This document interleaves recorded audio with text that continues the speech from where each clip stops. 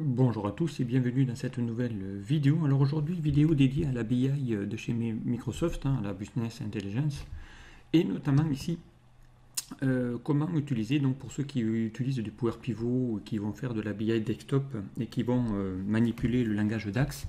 Donc vous pouvez vous aider pour calculer et faire et évaluer vos mesures, utiliser donc un complément que vous pouvez installer dans Excel, qui s'appelle le DAX Studio.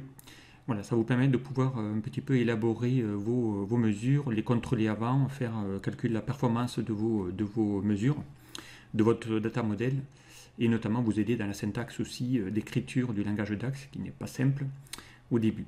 D'accord, donc là, je vais vous montrer comment l'installer et comment l'intégrer dans dans Excel, et également donc l'installer sur votre poste. D'accord. Et ensuite, comment l'utilisation, donc je vais vous faire une petite présentation succincte.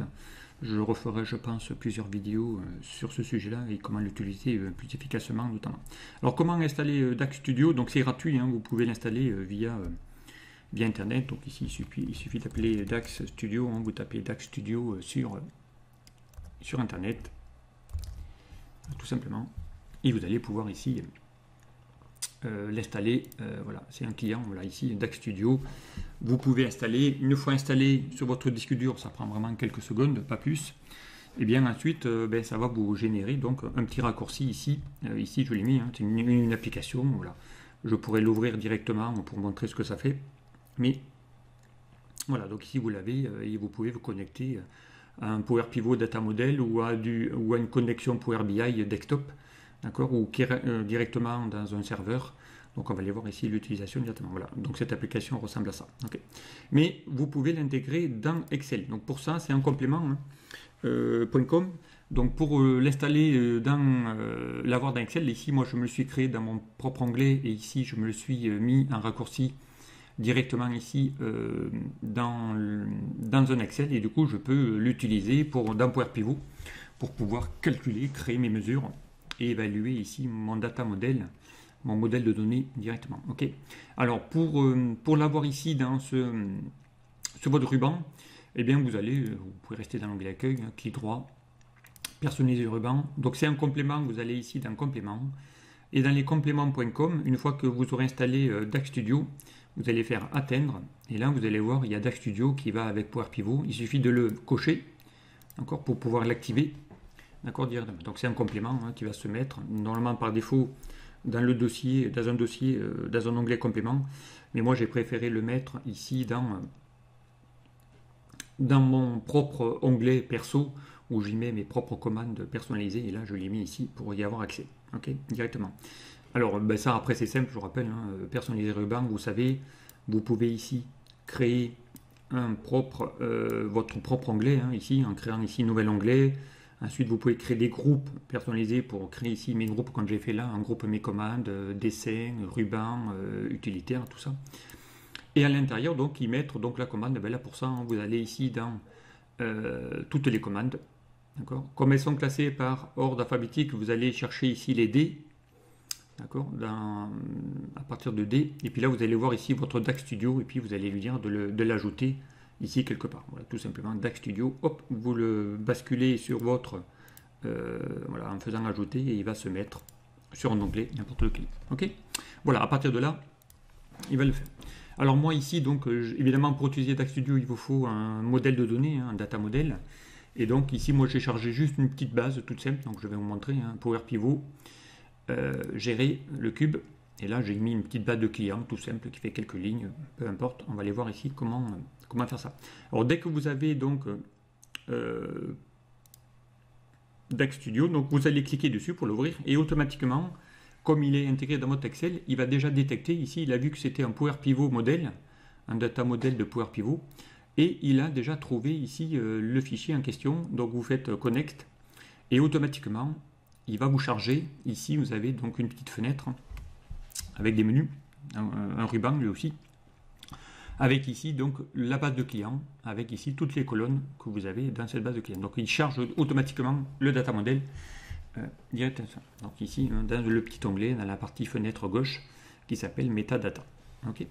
Ensuite ici on a une partie droite où on a un peu comme l'éditeur Visual Basic, ici où on va taper notre code DAX et ainsi de suite. En bas, le résultat de la requête. Donc vous avez ici une fenêtre d'affichage, un peu comme la fenêtre d'exécution dans un Visual Basic Editor. D'accord, et avec ici des commandes. Alors, on va faire un petit tour des commandes.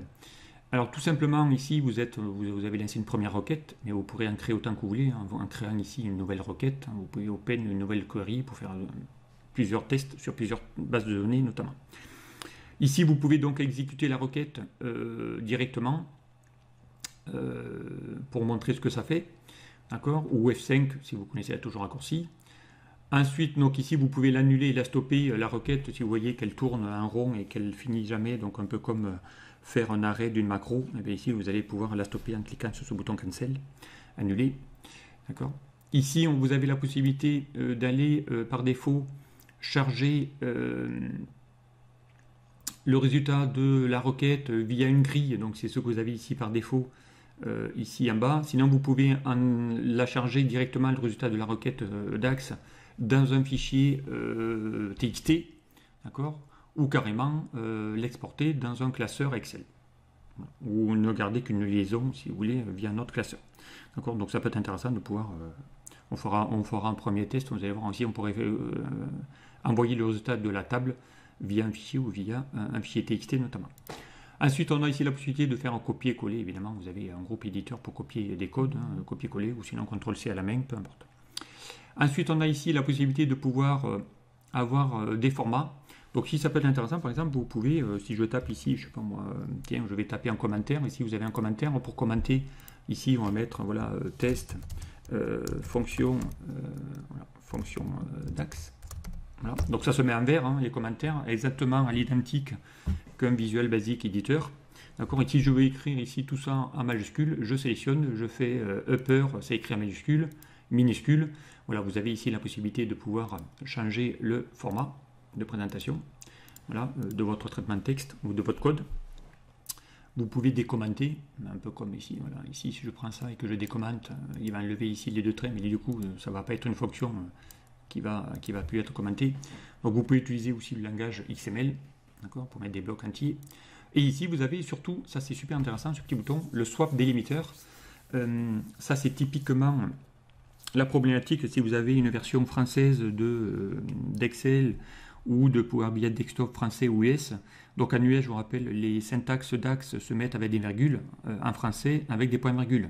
Donc quand vous allez copier-coller un langage, voilà, comme vous êtes en version française, bien autant vous pouvez basculer du délimiteur virgule, point-virgule facilement sans avoir à les retaper à la main. Donc ça peut être aussi super pratique.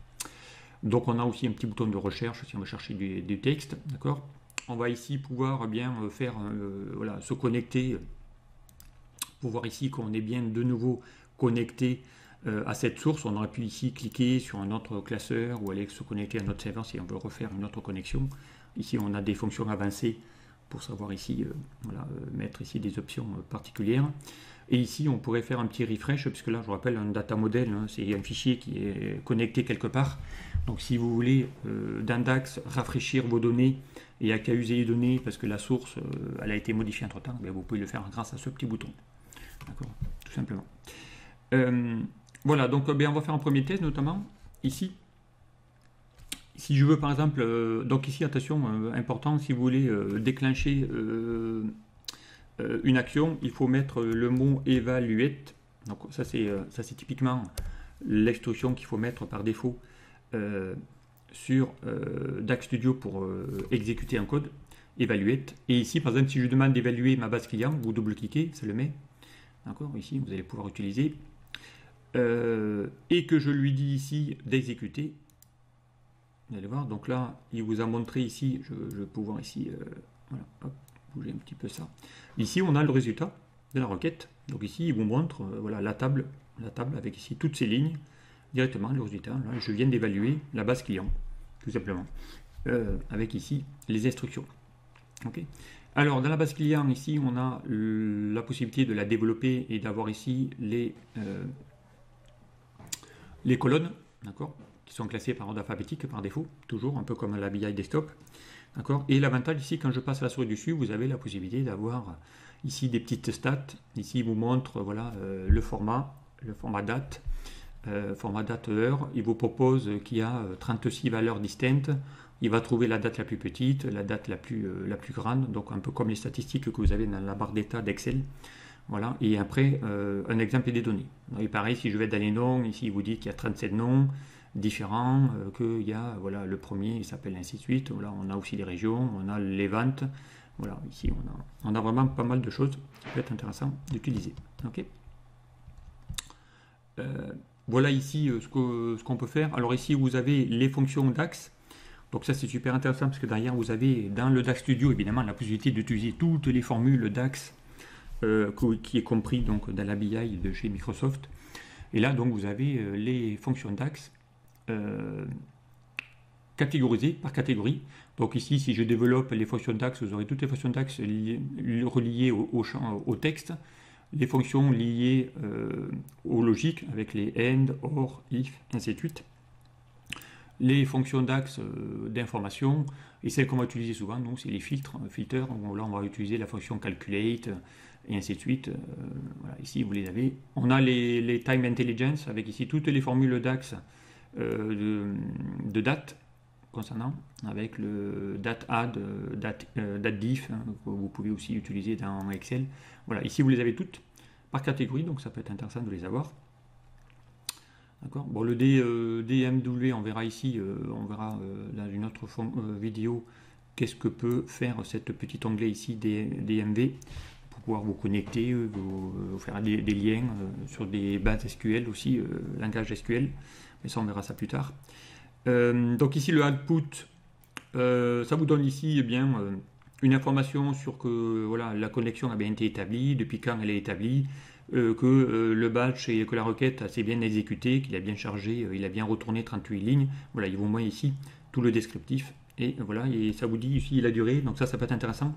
Quand vous allez exécuter une requête, DAX Studio vous permet aussi d'évaluer on peut même rajouter ici un serveur timing pour lui rajouter ici, si je rajoute ici, voilà, le temps de connexion qu'il met pour se connecter à un serveur, notamment si vous vous connectez directement à des serveurs Microsoft ou à des serveurs internes. Donc ça vous permet ici de pouvoir tracer le délai, le temps de performance et de voir un peu la performance de vos requêtes par rapport à une connexion. Donc ça peut être vraiment assez intéressant de les utiliser. Voilà, donc c'est vraiment complet, hein. Le DAX Studio vous permet ici de pouvoir générer pas mal de choses. On a aussi l'historique de tout ce qui a été fait avec les requêtes. Voilà, ici ce sont toutes mes requêtes que j'avais fait moi en historique. Il garde l'historique de tout ce que j'avais fait au préalable avec d'autres ressources. D'accord. Et on a ici le résultat qu'on va utiliser très très souvent. Ok. Voilà, donc on a la possibilité ici de formater le langage DAX. Voilà, pour mettre le bon format, les bonnes requêtes sur plusieurs lignes, notamment. Okay. On verra après qu'on a réussi. Voilà, la possibilité d'exporter des données, voir la vue métrique, voilà, d'exporter des datas sous format CSV ou sous format SQL table. Voilà, donc c'est assez puissant. Alors si je veux maintenant par exemple exporter cette source en format TXT par exemple, le résultat de la requête, parce que là je viens de l'exécuter, et bien ici on va dans le output, on va lui dire ici d'aller cliquer un fichier texte, d'accord, et je vais lui demander de l'exécuter. Voilà, donc là il a généré, il va vous demander où est-ce que je veux le mettre, donc je vais le mettre ici moi sur mon bureau, on va l'appeler, je sais pas moi, tiens, base client, ok. Là on est bien en fichier TXT, d'accord. Je fais enregistrer, voilà, la requête est en train de tourner. Si je reviens dans mon bureau, chercher ici le fichier TXT, je vais le trouver, il est là, base client, je vous le montre, il est là, je double-clique pour l'ouvrir. Et vous allez voir exactement le même avec ici les séparateurs avec les colonnes. Donc ce fichier peut être réexporté dans Excel rapidement, peu importe. Ok. Voilà ici comment faire, voilà comment ici utiliser un petit peu le langage DAX. Voilà, donc allez, je m'en arrête là. Donc il y aura d'autres certainement tutos qui va vous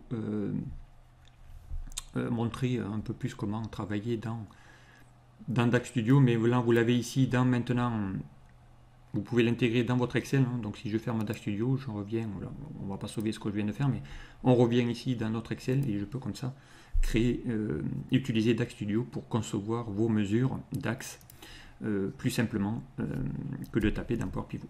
Allez, je m'en arrête là et je vous dis à très vite sur un prochain tuto.